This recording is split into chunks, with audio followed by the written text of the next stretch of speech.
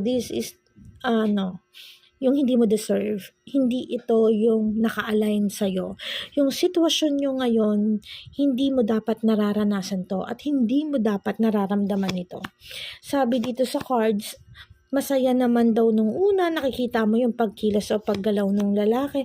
Pero kasi nakita ko dito sa cards na parang hindi siya ganito dati, may pagbabago, no? Kung ngayon, you need to do something, kailangan mong makita kung paano siya before, kasi dapat may mga betrayal card ka. Alamin mo kung ano yung dapat, alamin mo kung ano talaga yung source, no?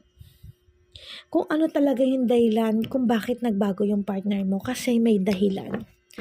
May reason at yung dahilan na yon betrayal. So, this card showing na malalim yung tatakbo ng relationship na to kasi nga may mali.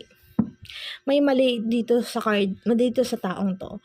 Check mo kung ikaw ba talaga yung nasa kanya or ikaw ba talaga yung mahalaga sa kanya. Okay, let's go to the another questions. Anong dapat kong gawin sa sitwasyon namin ngayon?